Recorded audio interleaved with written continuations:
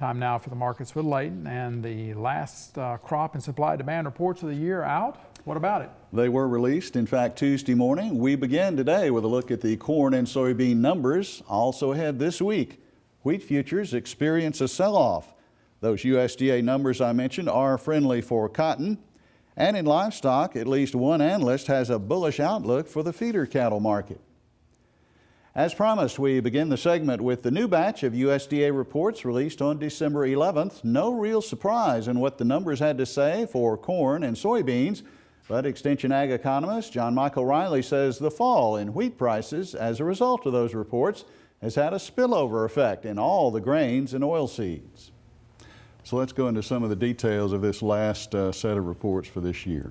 Well, the corn and soybean results from the World Ag Supply and Demand Estimates report weren't really too far from expectation, but the market was actually down a little bit, largely due to wheat coming in, the ending stock number on wheat coming in much higher than expected. Everybody, with the drought conditions that are so rampant still in the southern plains, everybody kind of expected production and everything to be lower, but that number actually came in much higher than expected and really pulled down all the other prices. If you look at what the numbers said, soybean ending stocks 130 million bushels. It's right in line with expectation, no change from, or actually 10 lower than last month. Seems to be some increases in exports for soybeans, which is counterintuitive compared to what corn's been seeing.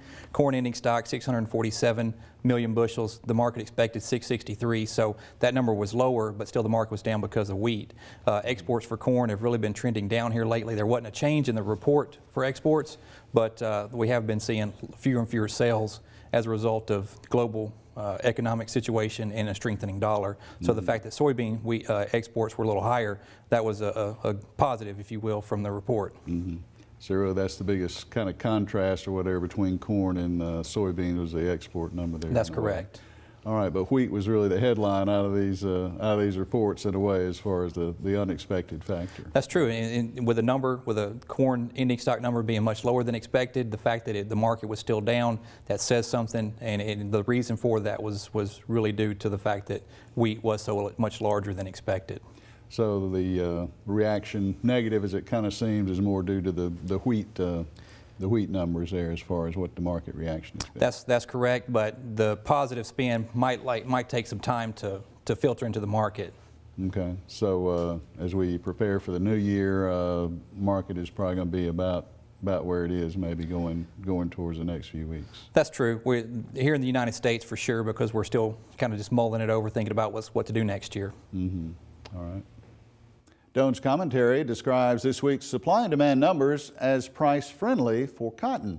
The USDA cut estimated U.S. production by 190,000 bales, and at the same time, estimated cotton exports were increased by 200,000 bales.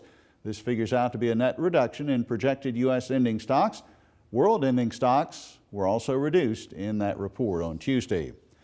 A hardwood lumber supplier along the I-20 corridor in west central Mississippi is providing some employees an unwanted Christmas present. About 80 workers at the Anderson-Tully company's sawmill at the port of Vicksburg are being laid off. The Associated Press reports the second shift at the mill is being dropped as of January 4th. Anderson-Tully President Richard Wilkerson blames the decision on a depressed housing market. Our trivia quiz this week deals with something you may have inside your home right now, the Christmas tree. The question is about Christmas tree production. How many Christmas trees can be grown on 1 acre of land? 200 trees, or 400 trees, or 650 trees, or up to 900 trees? You'll find out here in a few more minutes. The weaker grain complex is helping to support the feeder cattle market some. Analyst Jamie Kohaki is of the opinion that feeders stay strong through the summer of 2013, just based off of supply. Put in another 3 to 5 cents on by spring, not right now. They held together pretty well late this week off the corn, seeing some profit taking. But same here, if you could drop them down before Christmas, 2 to 3 cents. I would look to get long. I think we can push here close to 150 area. Pasture is very, very limited off the drought, obviously. So I think the feeder cattle do have a bullish scenario longer term going. Meanwhile, the hog sector is another livestock area with a bullish attitude. Analyst Don Rose says it comes down to the fact that the meatpacking companies can still make some money on pork, but he says that's not the case anymore with live cattle, at least right now. That's turned into a losing proposition. As we were talking about the packers losing about $70 a head on cattle, he's still making money on hogs, about $5-6 a head. So what we think is really happening is the packer is killing hogs now at a profitable level, putting them in cold storage. The domestic demand is a little bit better because of the high-priced beef. So that combination has allowed the upfront hogs to move higher. Actually, December hogs moved to the highest level that they've been since early March.